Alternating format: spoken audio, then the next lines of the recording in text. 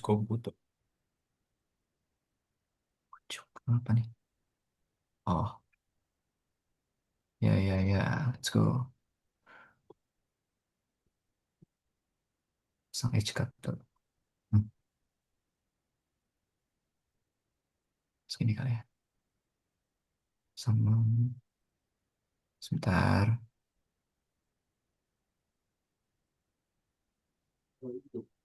Kita cari reference.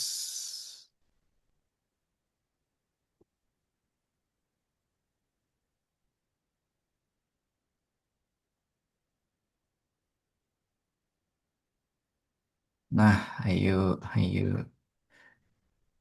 Ini WA pemilik gym lagi Let's utang, go. Ini udah di record ya? udah nih lagi nunggu nasi Set. goreng. Ya udah. Kita ini dulu aja, materi dulu aja sebentar. Sama, gue pengen sekalian ngerangkai footprint PCB-nya, cuman takutnya agak kelamaan. Jadi ntar batas waktunya 9:25 aja nih sejaman. Oke, oke, oke. Kelihatan lah ya, tampilkan. Set. Udah ada nih sih. Jadi di sini ya kita tahu kalau desain PCB nggak sekadar naruh-naruh komponen kan ya. Di sini kita tujuannya supaya gimana ketika kita apply di dunia nyata tuh dia nggak ada problem ketika udah pengen kita pakai rangkaiannya. Jadi rangkaiannya ketika bekerja dia stabil, ya nggak terpengaruh sama noise, interference, atau EMI ya. Jadi lanjut. Mungkin gue mau review kembali kemarin udah sama Bang Luthor ya. Sama Bang Luthor tuh, Iya, Bang Luthor. sama Bang Luthor udah diajarin kan ya cara pakai KiCad tuh, Udah. skematik, Heeh. PCB, sama gimana manufaktur gitu-gitu kan. eh pro, ini sih kemarin tuh terakhir baru. Oh ya udah produksi Udah kan, manufaktur yang udah produce manufaktur. sampai Yang JLC penting, bisa. yang penting lo ini aja lah, tahu cara setup dari awal buat lewat PCB-nya.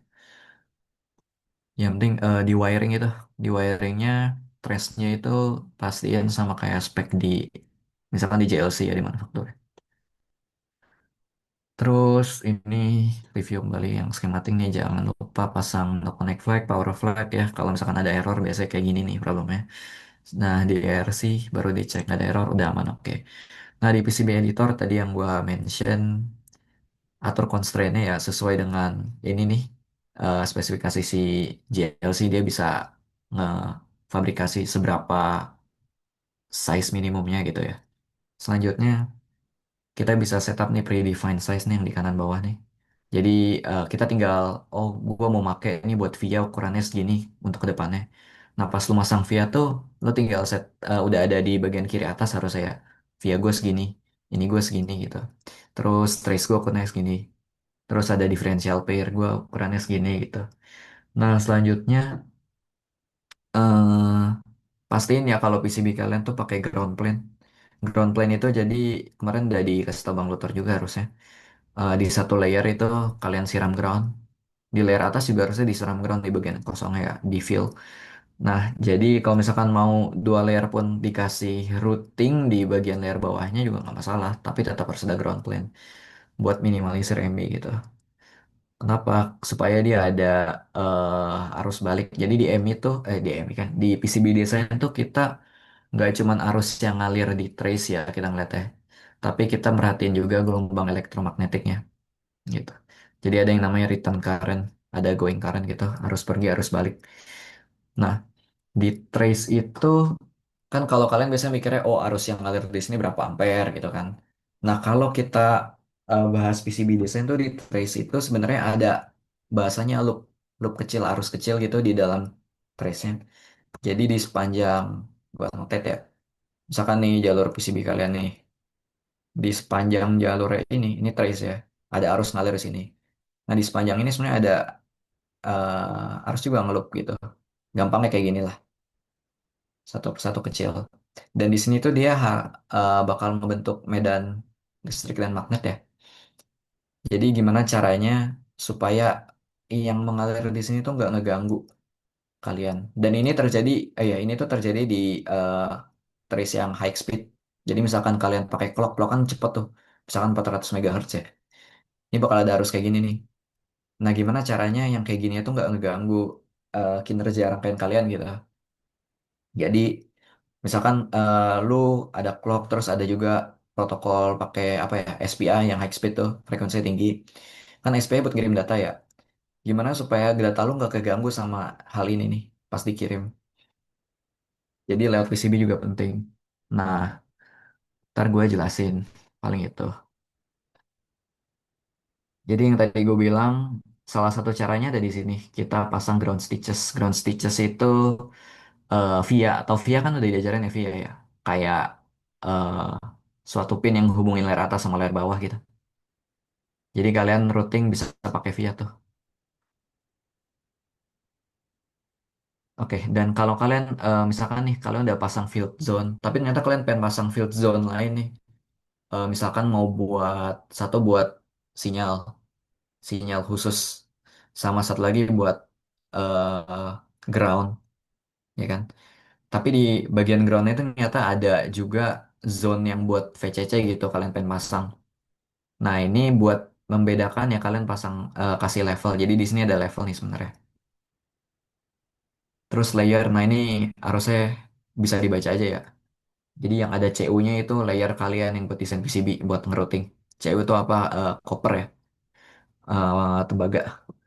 Nah ini in X ini middle layer.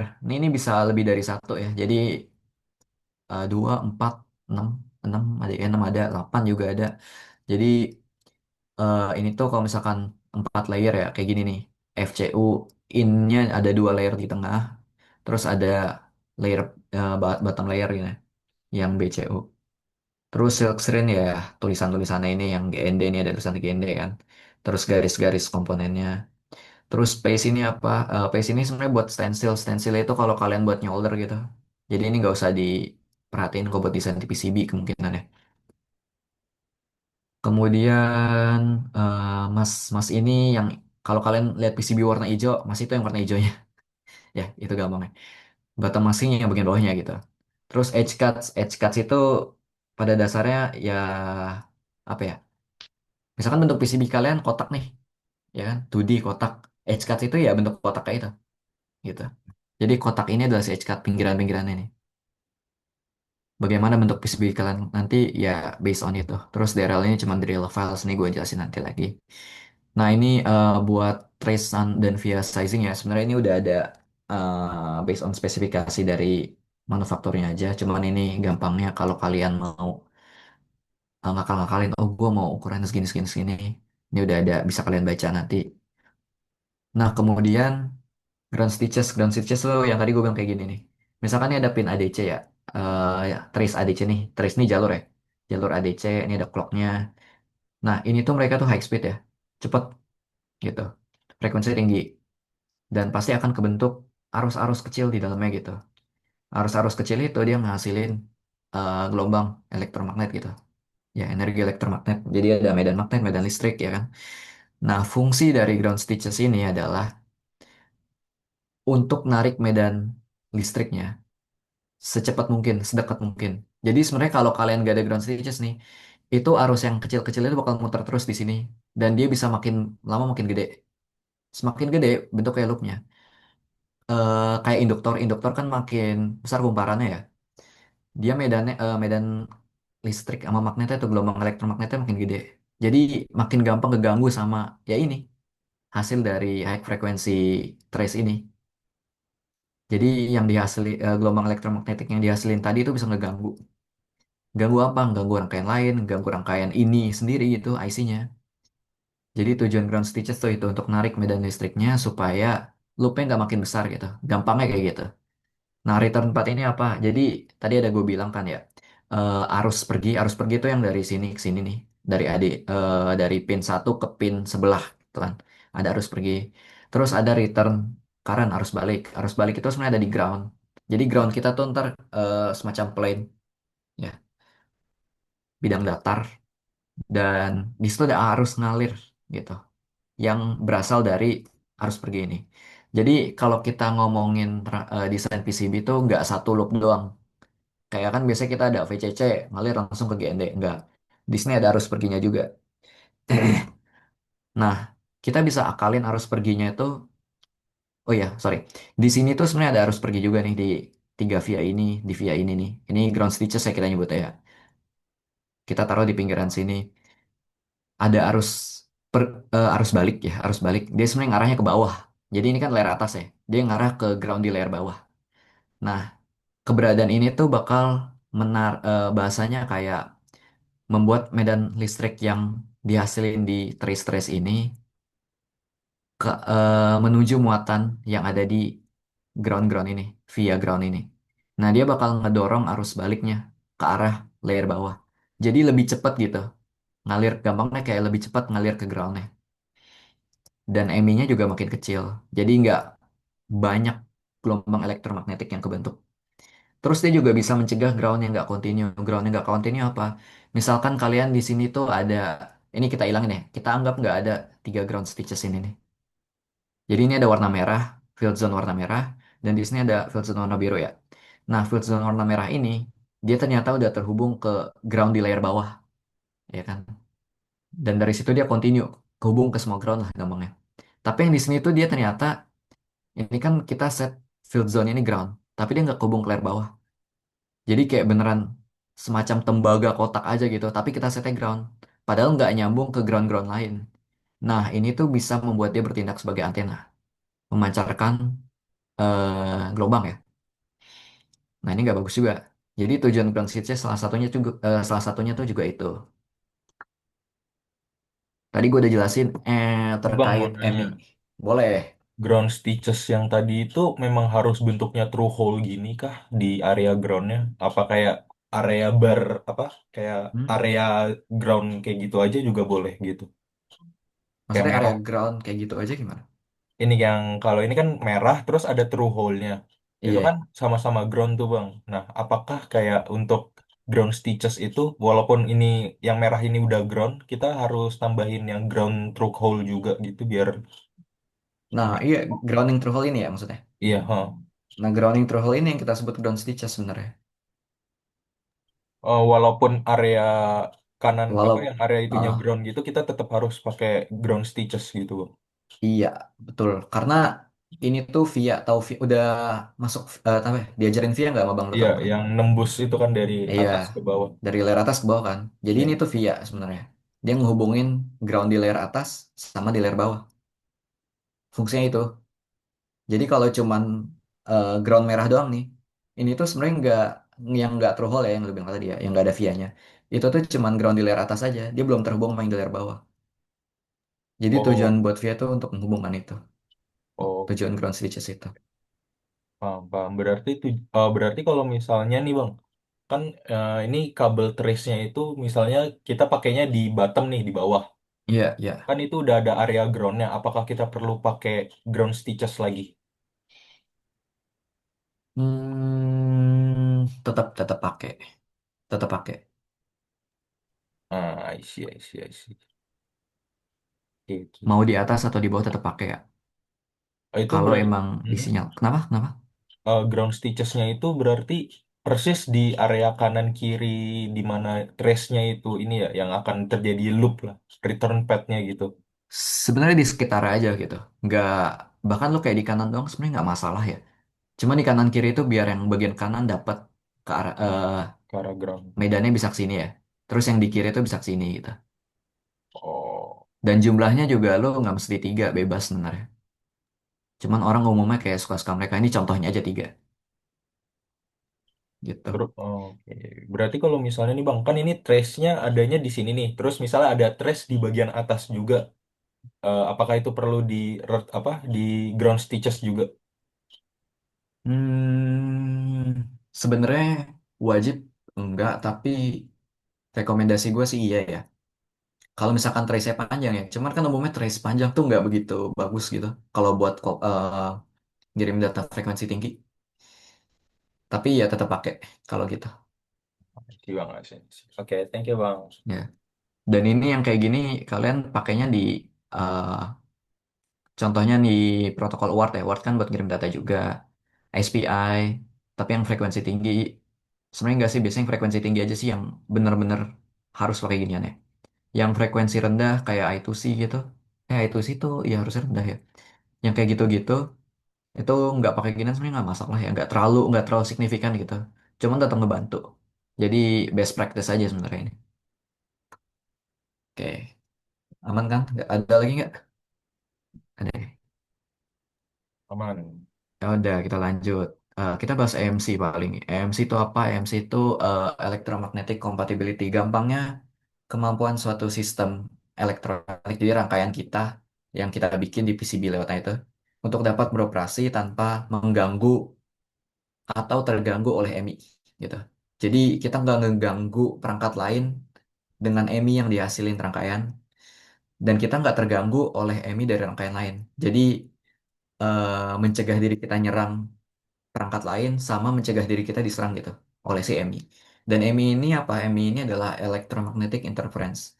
Jadi dia tuh gangguan elektromagnetik yang muncul. Tadi yang gue bilang tuh ya, salah satunya gara-gara ada loop. Jadi umumnya tuh EMI muncul karena ada loop arus. Makanya semakin panjang trace-nya, semakin besar loop-nya gitu. Umumnya yang kayak gitu jadi problem. Tapi kita nggak cuma lihat dari arus yang ngalir di trace yang tadi gue bilang. Kita juga harus perhatiin arus balik. Ntar kalian cari arus balik tuh apa? Kalau di PCB, return current. Itu lebih ke mainin Lmax ya, elektromagnetik dibandingkan sekadar arus ngalir biasa gitu. Nah, EMI ini dia bisa ngeganggu kinerja rangkaian kita. Jadi seperti yang tadi gue bilang kan EMI bisa dari trace ya. Dan EMI juga sebenarnya bisa terjadi secara radiated. Radiated itu melalui pancaran. Jadi misalkan ada sinyal WiFi ke arah rangkaian kita, itu bisa ganggu. Salah satunya itu contoh EMI yang radiated. Terus conducted ya tadi melalui jalur daya sinyal lewat trace atau lewat switching mode power supply itu SMPS gitu. Itu sumber-sumbernya mungkin contohnya. Nah, kalau bingung M itu apa sih? Gampangnya M itu sesuatu yang bisa ngasih noise ke sinyal di rangkaian kita gitu. Noise yang nggak kita pengen, bisa ngerusak sinyal, bisa ngerusak perilaku dari sistem yang kita bikin. Dan efeknya apa? Efek dampak nyatanya gitu yang kita bisa rasain. Pertama, data komunikasi error. Padahal program kita bener gitu kan. Atau kita merasa sambungan-sambungannya udah oke. Ternyata gara-gara EMI jadi data komunikasi acak-acakan gitu. Terus kedua, crosstalk. Crosstalk itu sinyalnya saling interference, saling mengganggu gampangnya, saling rusak atau mengacau. Jadi misalkan kalian punya sinyal yang dihasilkan dari rangkaian kalian, terus ada EMI, itu bisa saling crosstalk. Umumnya apalagi kalau di frekuensi yang sama.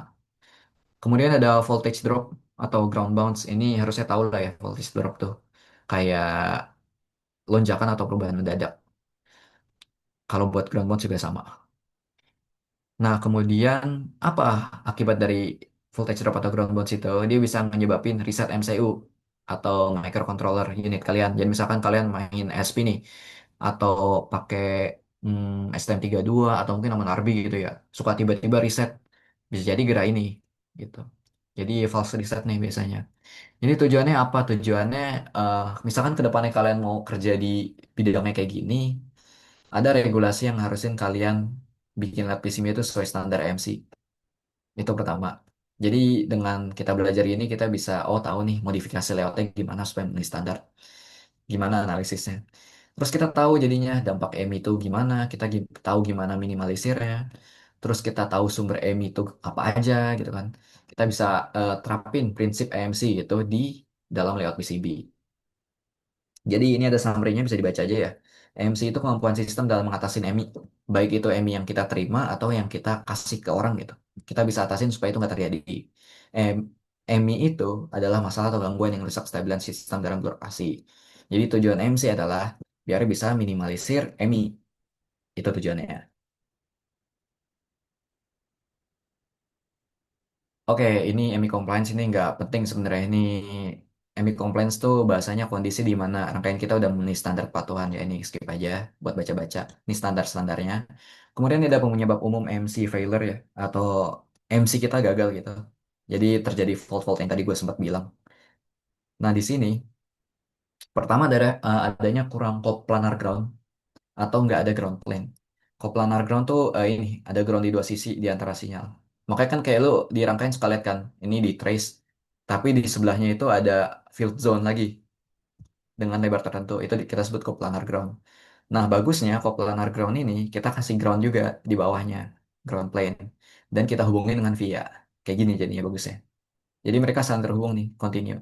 Nah, yang gue bilang nggak continue adalah nih ground arm ini dan ini nggak saling terhubung. Kursor gue kelihatan kan ya? Kelihatan. Ya kan? Ground yang di kanan dan kiri nggak saling terhubung. Itu yang gue bilang nggak continue gitu. Kalau continue kayak gini, mereka saling terhubung. Lewat ground di layer bawah. Jadi tujuan ground plane itu.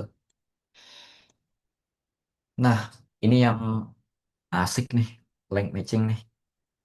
Jadi misalkan kalian pakai komunikasi SPI ya, atau buat DRAM, ada namanya link matching. Link matching itu apa? Link matching itu kita nyesuaiin panjang trace supaya mereka panjangnya sama. Jadi kalau kalian nih lihat di garis hitam atas bawah, mereka kelihatannya berbeda kan? Tapi mereka punya panjang yang sama. Jadi dari sini ke sini tuh panjangnya sama dengan yang ini. Tujuannya apa? Tujuannya adalah untuk memastikan sinyal-sinyal yang bekerja bersama gitu. Jadi misalkan lu ada apa SPI itu? SPI kan ada Mosi Miso ya? Mosi Miso, iya deh. Nggak, bukan Mosi. Slave input, slave input kan? Iya benar-benar Mosi, Mosi Miso. Jadi misalkan nih Mosi ini Miso. Nah contohnya itu keduanya kan kita pengen kirim dengan waktu yang bersamaan. Atau mungkin clock SD ASCL juga bisa. Tapi itu I2C. Jadi tujuannya yaitu untuk memastikan sinyal-sinyal bekerja bersama tiba di tujuan pada waktu yang hampir bersamaan. Jadi mereka nyampainya tuh di dua pin ini, timingnya pas nyampainya. Dari sini ke sini dengan sini ke sini. Terutama untuk sinyal yang high speed buat ngirim data. Kayak quad SPI itu di high speed ya. RAM juga sama. LCD, LCD kayak, tadi gue satu tulis apa emang LCD juga ya? Lupa gue ke LCD, kenapa gue tulis ya? Jadi contohnya nih, contohnya misalkan kalian salah satu pin di SPI, ya di SPI, ini clocknya. Kita pengen timing antara kedua ini dengan clocknya itu bisa saling apa namanya selaras. Nggak mesti sama pas, tapi dia sesuai margin yang emang udah jadi batasan gitu. Mereka harus selaras di waktu segini kayak gitu. Nyampainya, jadi kecepatannya mungkin berbeda. Yang bawah lebih cepat, yang atas lebih lambat. Tapi dengan kita kasih panjang yang sama gitu, disesuai lane matchingnya, mereka bisa nyampe di waktu yang sama.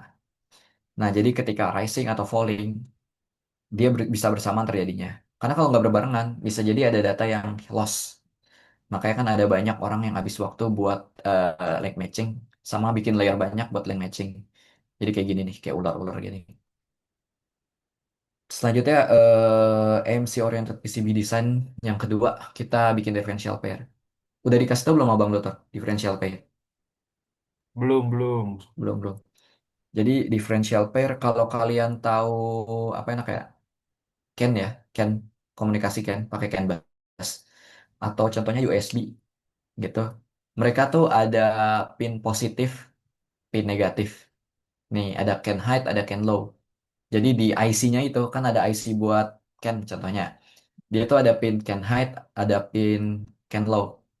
Nah, kedua pin itu kita sebut sebagai differential pair. Biasanya ditandai dengan huruf D, ada D gitu. D plus, D min. Jadi CAN L, eh, D plus, CAN L, D min, CAN H, D plus, kayak gitu. Nah, jadi mereka tuh apa? Mereka tuh adalah dua pin atau dua jalur sinyal yang membawa informasi yang sama. Jadi mereka tuh sama sebenarnya ngirim hal yang sama. Tapi yang berbeda adalah polaritasnya. Jadi si Ken Hyde itu dia ngirim polaritasnya naik ketika ada informasi gitu. Jadi ada informasi nih, dia high gitu.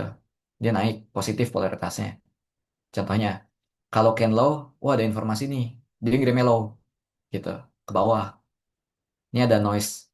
Tapi kita jangan lihat noise ini ya, kurang kelihatan. Nah, kalau si Ken Hyde dia naiknya ke 3,75. Si Ken Low dia turun ke 1,25 gitu. Ini 2,5 ya, 2,5. Jadi dari 2,5 ke 1,25 kalau yang Ken Low. Kalau Ken Hyde dia 2,5 ke 3,75. Jadi dia digital ya. High atau low, high atau low gitu.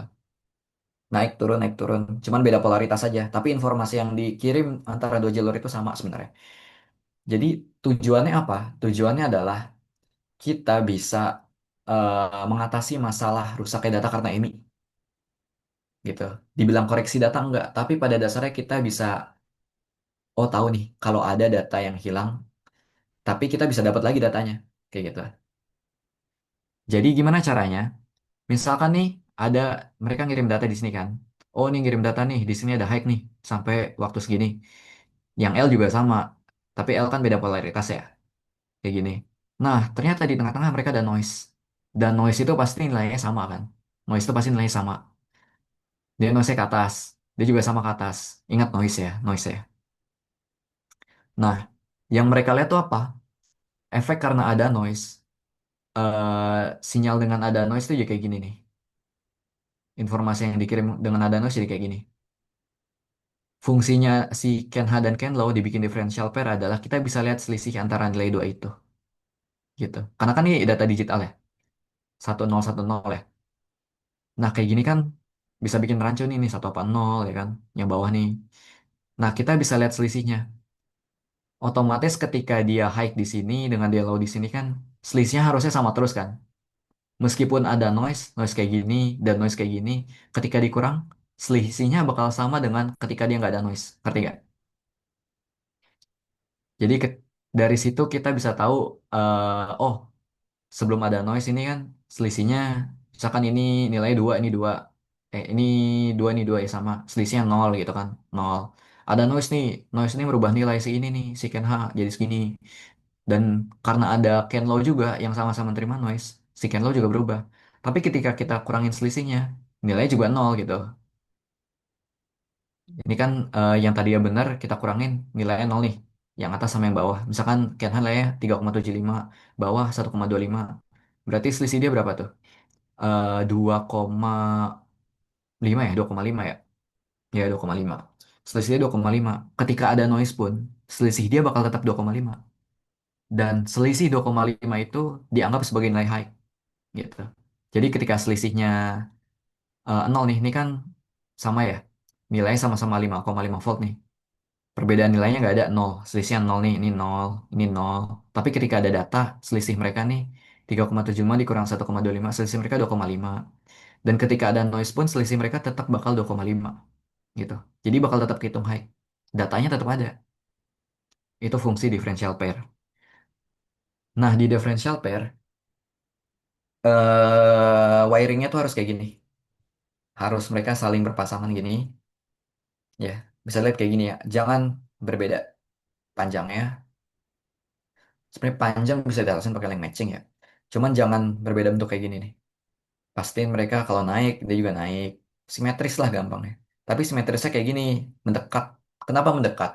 Ini kan simetris juga ya, tapi mereka tuh saling jauh kan. Tujuannya adalah biar ketika ada noise, dua-duanya kena noise. Karena kan kita nyari selisihnya ya. Dan kalau misalkan yang kena noise cuma Ken H doang, jadi hilang dong purpose kita pakai differential pair. Kalau Ken Low-nya nggak kena noise, yang nyari selisihnya. Jadi tujuannya itu. Kenapa harus kayak gini? Harus berdekatan. Itu dan dia ada dua jenis. Jadi yang pertama adalah differential pair yang pakai screw. Screw ini gampang ini nih, yang di awal nih. Kayak buat ngatur, biasanya sih buat ngatur timing ya. Yang di awal dibengkokin gini. Dan ini biasa di dekat source. Jadi sumber informasinya nih, misalkan pin can H can L yang tempat kita ngirim, kita kasih screw kayak gini, gitu. Terus ada juga differential pair pakai link matching. Ini buat PCIe sama HDMI. Mereka juga harus sama linknya. Nah ini bisa dibaca ya.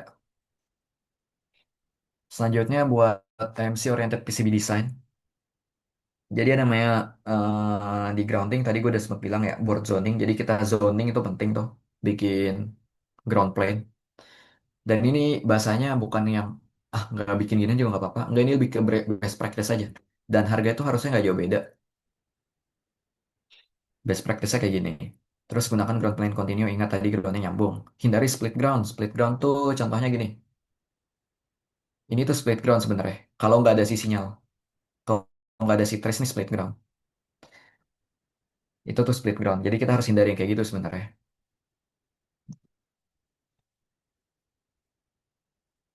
Cuman kalau split ground itu hasil ada trace di tengah-tengah itu nggak masalah. Bisa pakai VIA. Biasanya split ground tuh untuk misahin sinyal analog dan digital gitu. Jadi jangan dipakai kecuali emang benar-benar butuh. Nah ini ada pisahkan sinyal analog dan digital secara lokal. Kenapa sinyal analog dan gimana ya? Kalau kita bikin rangkaian dan di situ ada rangkaian buat analog dan digital, kita harus pisah. Groundnya juga akan terpisah nanti. Cuman bakal tetap terhubung pakai semacam bridge gitu. Gue lupa namanya apa. Tapi groundnya bakal misah. Ada ground buat analog, ada ground buat digital. Kenapa harus dipisah gitu? Karena di digital itu frekuensinya tinggi banget. Dan frekuensi yang tinggi ini kan tadi gue bilang ya bisa ngasilin EMI juga kan. Dari loop-loop yang berputar di dalam itu. Itu bisa ngeganggu si sinyal analog. Itu fungsi dipisah sebenarnya itu. Selanjutnya orang-orang tuh biasanya pakai multilayer PCB buat grounding. Tapi emang lebih mahal sih. Jadi groundnya banyak banget tuh di beberapa layer. Buat ngurangin, buat ngedisipasi panas sama buat ngatasin EMI. Nah, buat filtering ada namanya Ferrit Beat. Ferrit Beat ini buat ngefilter noise yang frekuensinya tinggi gitu. Sama kayak filter RC sama LC biasanya. Tapi kan RC LC bisa eh, bikin low pass juga ya, sama band pass. Nggak cuma high pass. Tapi Ferrit Beat tuh biasanya frekuensi tinggi. Dia tuh kayak komponen apa ya, resistif induktif ya, seingat gua. Dan dia tuh di kecepatan tinggi, di frekuensi tinggi gitu, dia bisa disipasi panas gitu. Jadi dia bisa ngatasin EMI yang dari sinyal apa, gelombang elektromagnet yang frekuensi tinggi, dari sinyal frekuensi tinggi, sorry. Kemudian buat shielding, shielding itu kalau kalian tahu SP32 kan, ada besi-besi abu-abu kan, ya kan, aluminium, gue lupa aluminium apa besi sih itu. Pokoknya yang nutup-nutup itu. Nah itu sebenarnya buat nutup, kalau nggak salah WiFi ya, ya harusnya WiFi atau Bluetooth, gue lupa. Jadi itu tujuannya buat shielding. Shielding itu tujuannya adalah biar dia nggak ngeganggu, kan WiFi kan mancarin ya. Bluetooth WiFi dia tuh mancarin sinyal wireless. Tujuan shielding itu biar dia nggak ganggu rangkaian di luar shielding. Dan biar yang dari WiFi atau Bluetoothnya itu modul yang di dalam shieldingnya itu nggak keganggu dari luar juga. Fungsinya itu sebenarnya.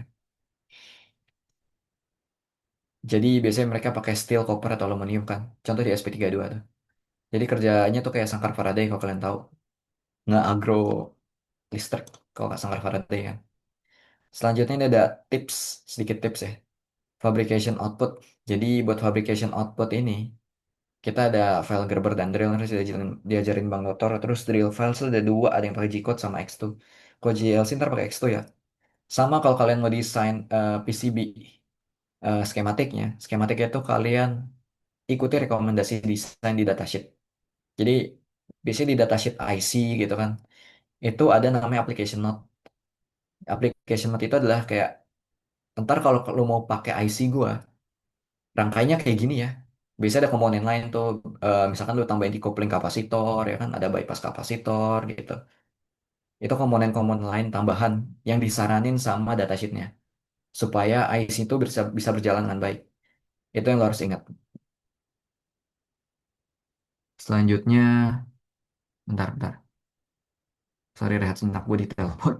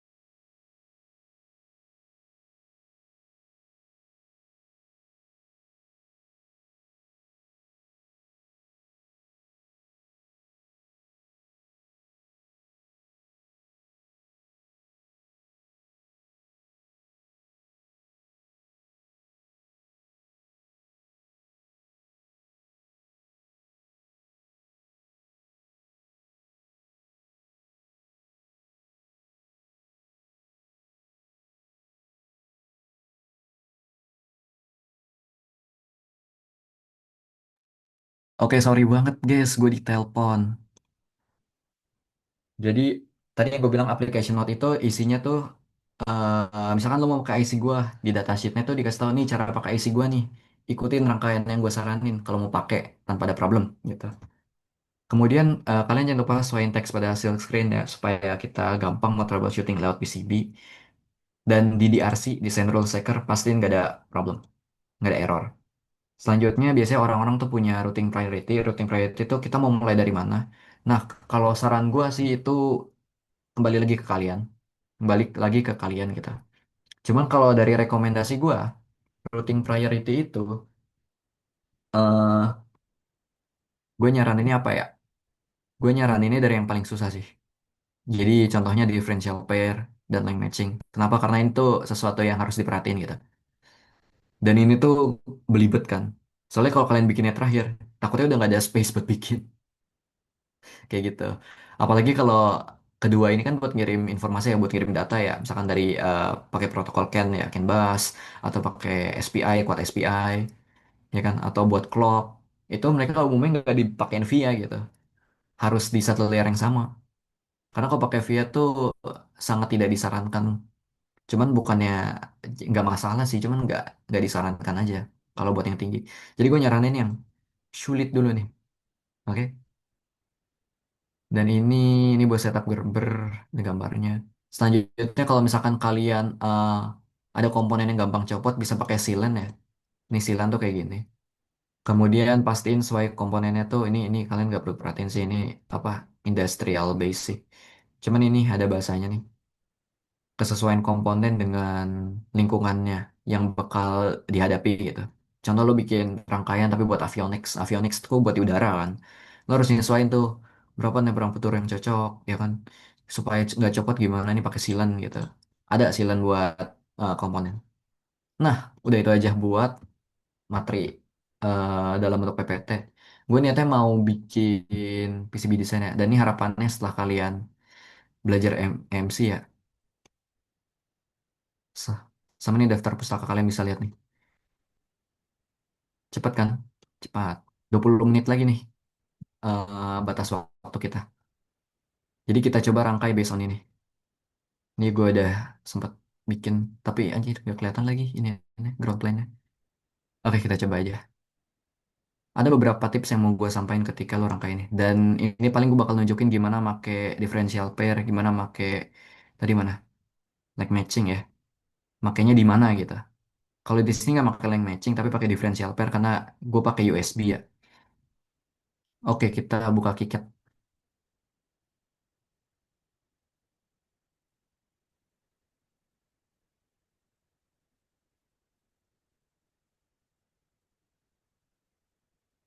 Ini kalau lo mau lihat contoh link matching harus ada di sini nih, di PCB orang.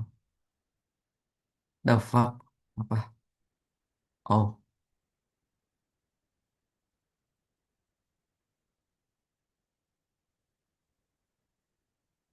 ini dia pakai SPI kan. Ada pin clocknya SCK, MISO, MUSI. Terus dia ada I square C. Gue nyebutnya itu sih. Nah ini contohnya buat yang apa gue nggak usah ngajarin cara desainnya ya, tapi kenapa kayak gini ya. Kalau ground, kalau buat masang field zone kalian tahu kan ya kayak gini aja nih. Misalkan lo, sorry, ini anjir.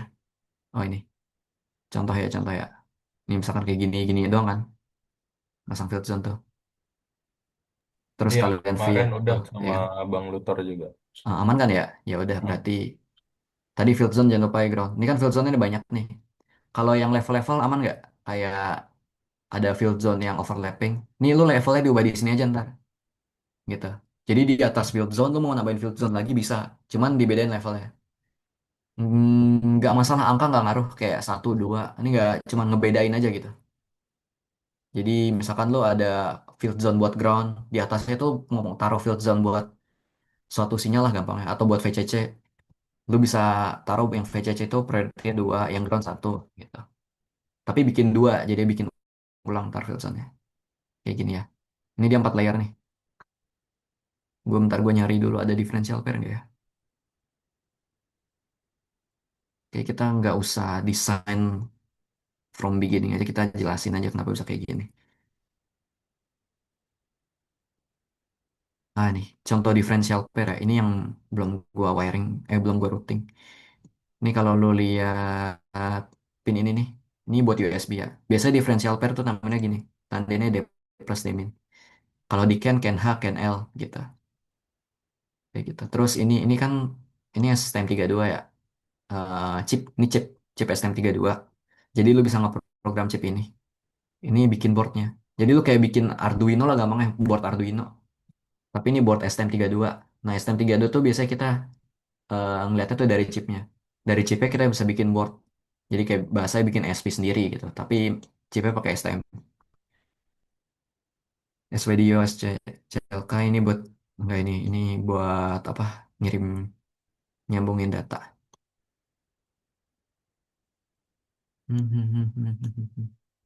Mana ya, mana ya, mana ya. Ah, ini yang penting nih kristal oscillator. Tapi belum gua routing lagi. Oke, paling gini gue jelasin ya. Lo kalau misalkan mau wiring kristal osilator nih, sama nge-wiring routing ini kan kristal osilator nih, yang 16 MHz nih gue namanya. Sama nge-routing kapasitor mana? Ini kapasitor ya? Kapasitor ya harusnya. Iya nih kapasitor. Pastiin mereka berdua tuh deket sama microcontroller lu sih. Misalkan mereka berdua ini kan dapat supply dari microcontroller ya. Mana chip chip STM32 gua. Ah nih, chip STN ya.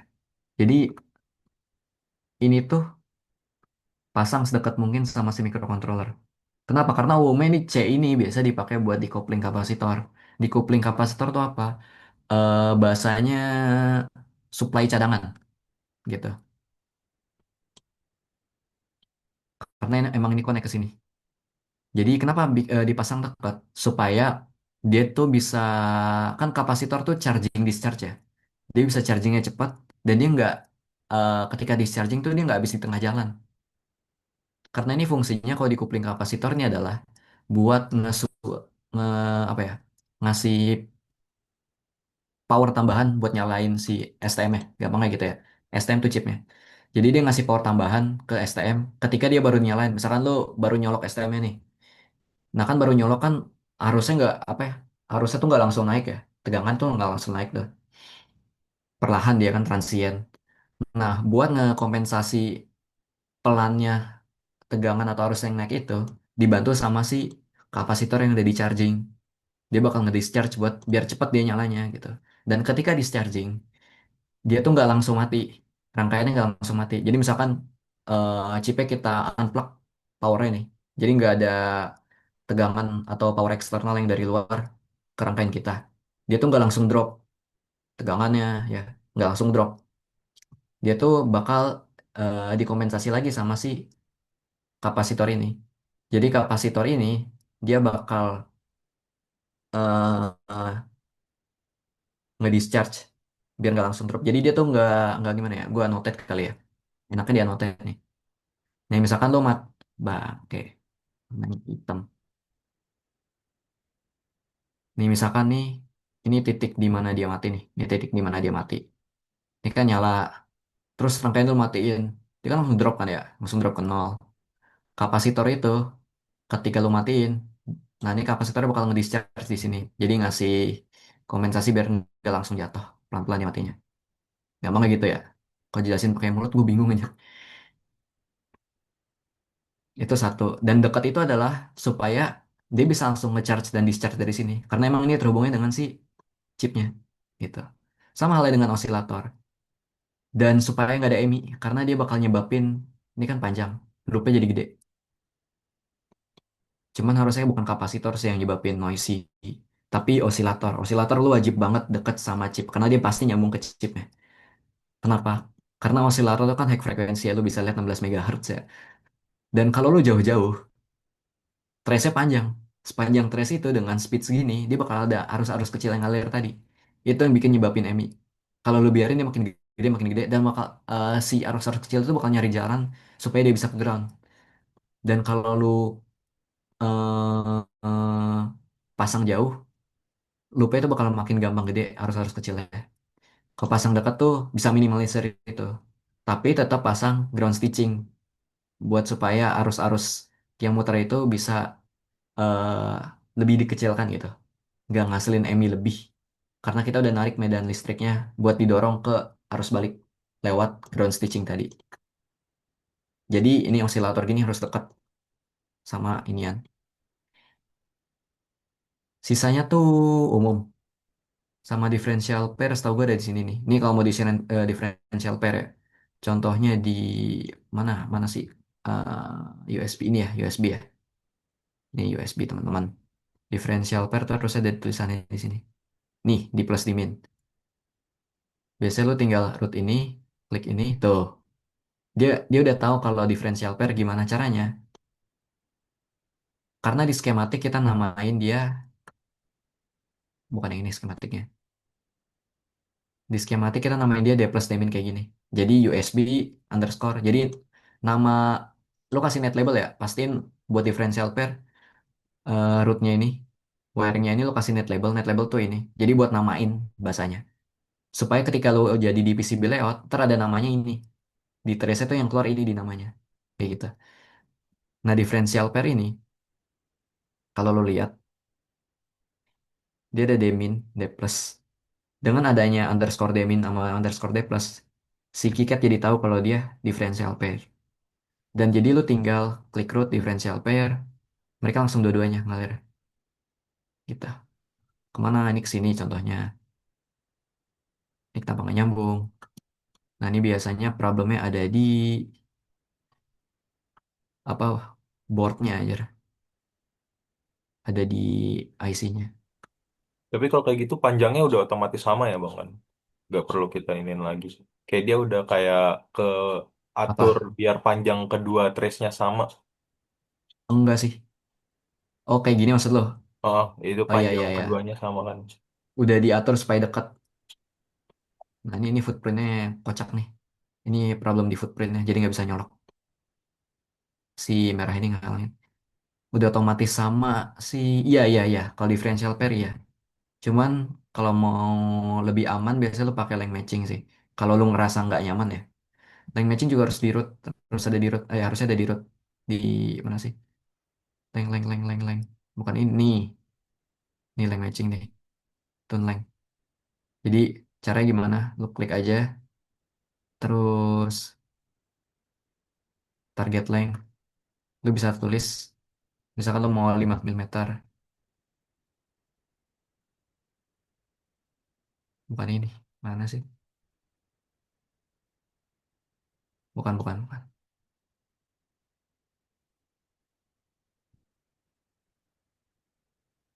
Mana coy?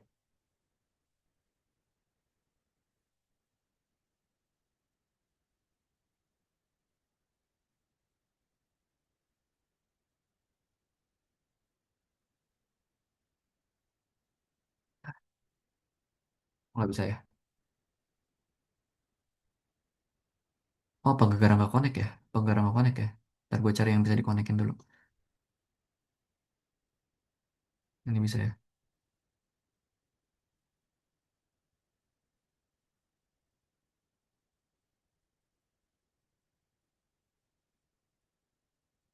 The hell?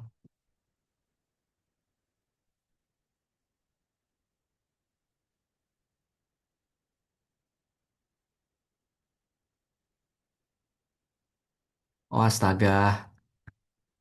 Lo kalau mau link matching, gue baru ingat. Contoh kita wiring. Misalkan lo bikin panjang ini. Lo kalau mau nyesuaiin ukuran, bisa lo setup manual kayak lo mau linknya berapa. Lo klik aja. Lo klik 2 kali. Oh, nggak bisa sih. Nah, di sini lo targetnya bisa lo targetin. Misalkan lo mau 5. Tapi kayak ini lebih dari 5 deh. Tuh, ya kan? Ada tuning problems.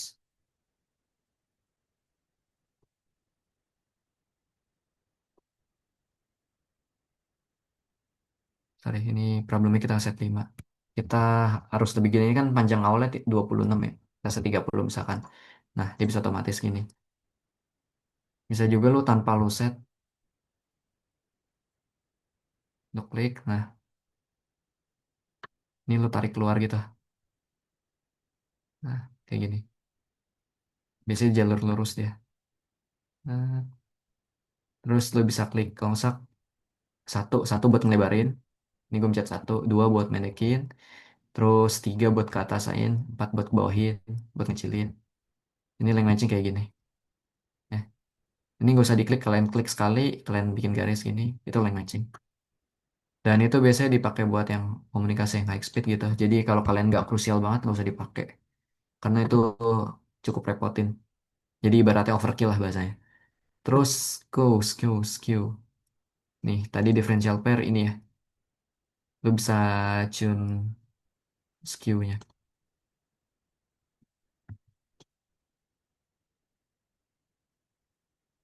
Ini skew-nya harusnya di awal.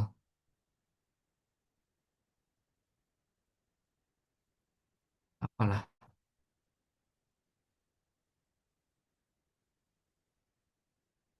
Ini gara-gara nggak kepasang.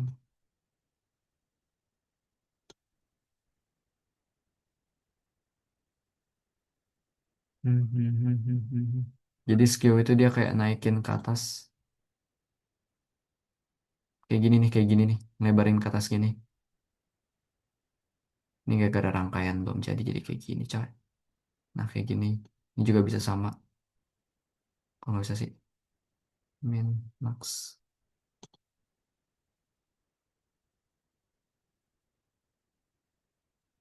X satu. Hmm. Root skew. Oh, udah bikin tuning problem.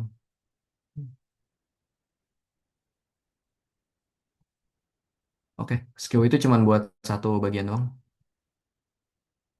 Biasanya ini kalau panjangnya nggak pas tuh bisa pakai skew. Iya tuh. Sebenarnya skew itu ini nih. Ini nih. Tapi misalkan dirasa masih kurang pas, lu bisa pakai yang tadi. Yang gue bilang. Yaitu ini. Tadi kalau nggak pakai skill, kenapa bang? Lupa gue. Kan skill tadi Ah, fungsinya untuk apa?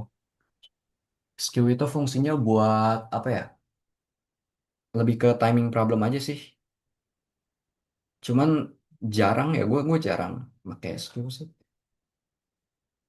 Best practice-nya pakai skew. Coba kita tanya biar kita nggak rancu. Ini VSS nih gue pin SP. Coba ya.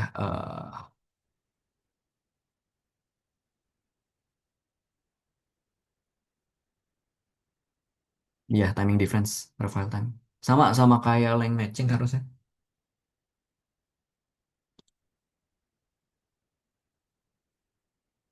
Tuh. Jadi yang awalnya kayak gini ada skew lu geser kayak gini.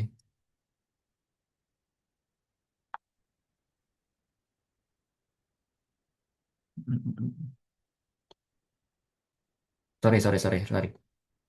Kan harusnya kayak gini ya. D plus D min itu harusnya kayak gini bentuknya. Sedangkan karena ada skew. Skew itu sebenarnya fenomena ketika dia nih kayak gini nih. Perbedaan waktu nyampe. Harusnya kan ini di kanan ya. Ketika dia sorry ini harusnya kan ke kirian ya. Gitu. Jadi dia cuman benernya tuh di sini doang. Karena yang ketika yang merah high harusnya yang biru low dan sebaliknya. Jadi skew itu buat benerin kayak gini. Kalau di ini kan tulisannya skew, alatnya skew. Cuman skew itu sebenarnya fenomena buat ngebenerin ini biar waktunya sesuai kayak yang ditransmit gitu. Cuman gue kayak buat pengaplikasiannya secara di KiCad langsung tuh gue jarang pakai gitu.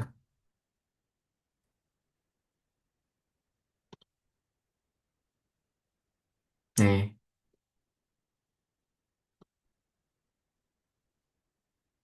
di skew it. Cara di skew it-nya ini pakai skew. Kita tuning kayak gitu. Cuman harusnya ini udah sama sih. Jadi nggak bisa diubah-ubah lagi. Tadi kan udah ya differential pair. Udah. Sekarang mungkin gue mau baca rangkaian ini ya. Kita cari-cari-cari. Nih contoh Vias ya. Nyambungin ground. Ini ke ground bawah. Terus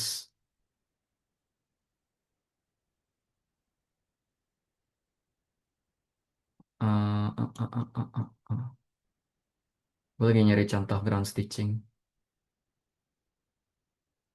Ground stitching, ground stitching.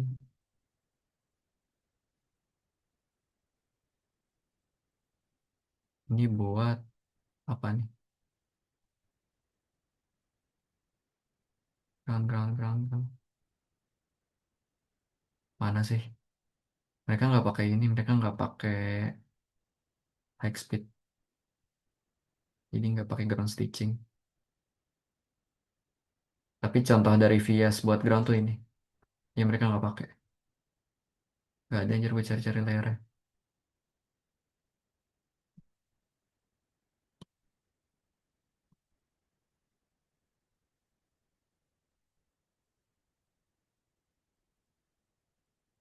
Ya, paling ini sih. Ground yang ini sih paling. Kurang lebih gitu. Nggak nemu lagi anjir. Nggak ada ground stitching.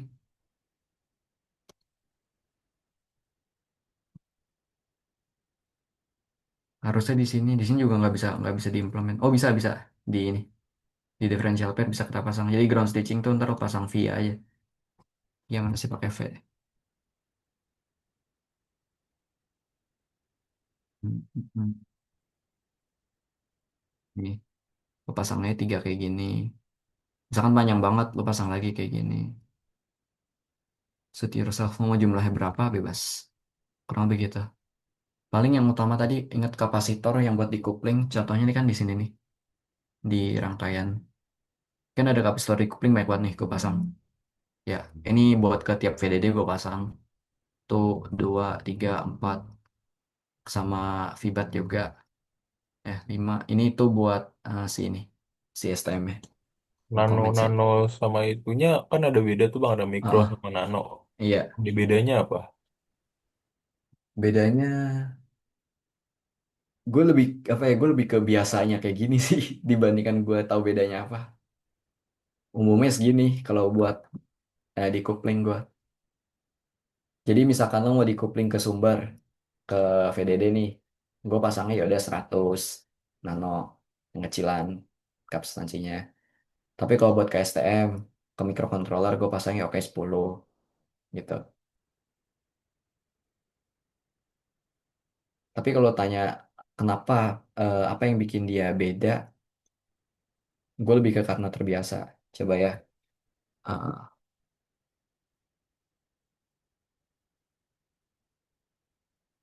hmm, decoupler.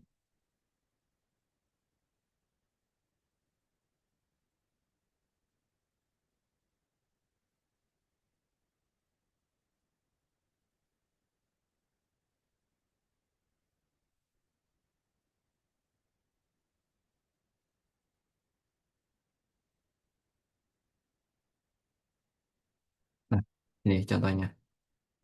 Dia bisa nge-charge lebih banyak kalau buat power utama. Kan power utama gue buat di STM. Jadi anggap aja kapasitor tuh sebenarnya storage gitu. Buat nyimpan-nyimpan kayak limbung buat nyimpan-nyimpan muatan.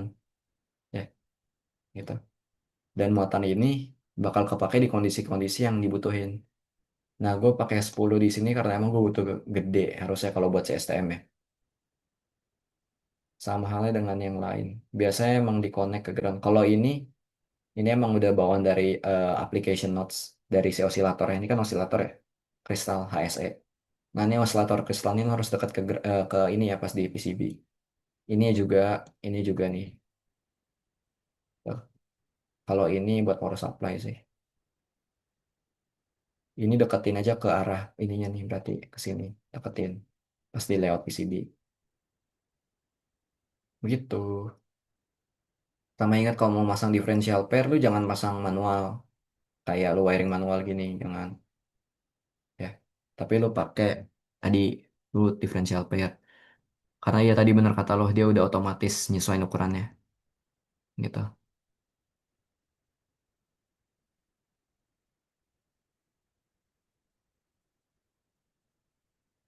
Nah, lu kalau mau length matching juga bisa pakai ini sebenarnya. Ini length matching juga tuh. Gue pakai ini. Tuh, sama aja kan ya. Tuningnya gimana? Tuningnya ini harusnya intuitif ketika lo pencet.